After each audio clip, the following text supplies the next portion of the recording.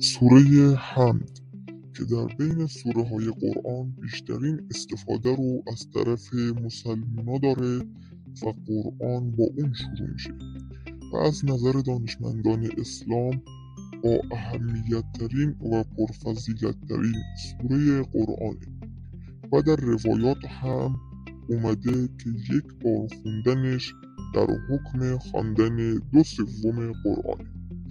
در این ویدیو قصد داریم به توضیحاتی راجع به این سوره و بیان روایات در اهمیت این سوره بپردازیم. پس در ادامه با ما همراه باشید.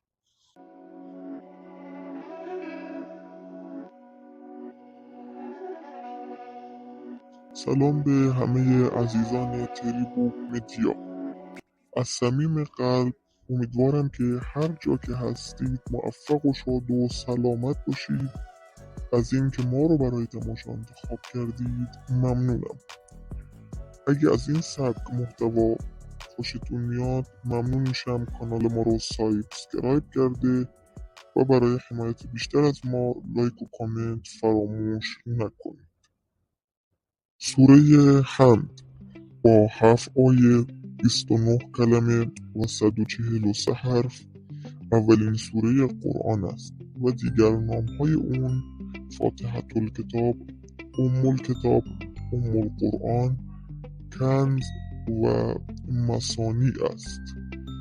برخی دانشمندان اسلام معتقدند که این سوره مکی و برخی دیگر از دانشمندان اسلام معتقدند که این سوره مدنی است و برخی دیگر از دانشمندان بر این اعتقادند که این سوره 2 بار نازل شده، یک بار در مکه و بار دوم در مدینه.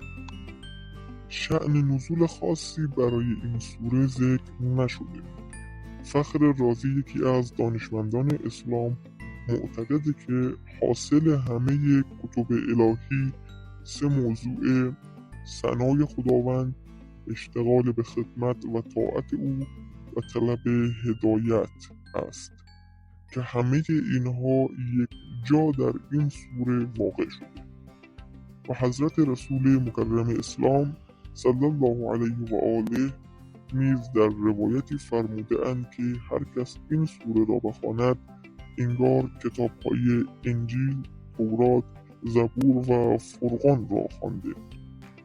در این بخش از ویدیو ما میپردازیم به آثار و فواید این سوره که در روایات ذکر شده.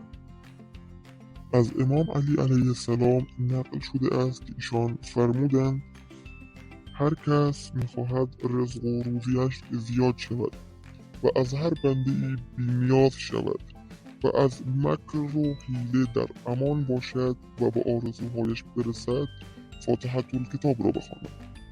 در روایت دیگری از پیامبر مکرم اسلام آمده است که ایشان فرمودند هر کس در خانه خویش وارد شود و فاتحة الکتاب را به همراه توحید بخواند، خداوند فقر را از او دور کرده و رزقش را زیاد می کند به حدی که همه همسایگانش از رزق او بهره‌مند شوند. حضرت صادق علیه السلام در روایتی می‌فرمایند بیماری که او را حمد شفا ندهد چیز دیگری او را شفا نمی‌دهد.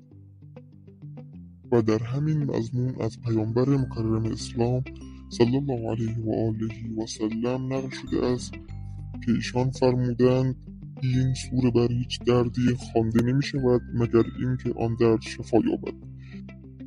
و به عنوان آخرین روایت از حضرت صادق علیه السلام نقل شده است که ایشان فرمودند اگر این سوره را بر مرده خواندید و آن زنده شد تعجب نکنید. این بوده از توضیحی راجع به آثار و فواید این سوره پربرکت و اکنون به آخر این ویدیو رسیدیم. از اینکه با ما همراه بودید ممنونم.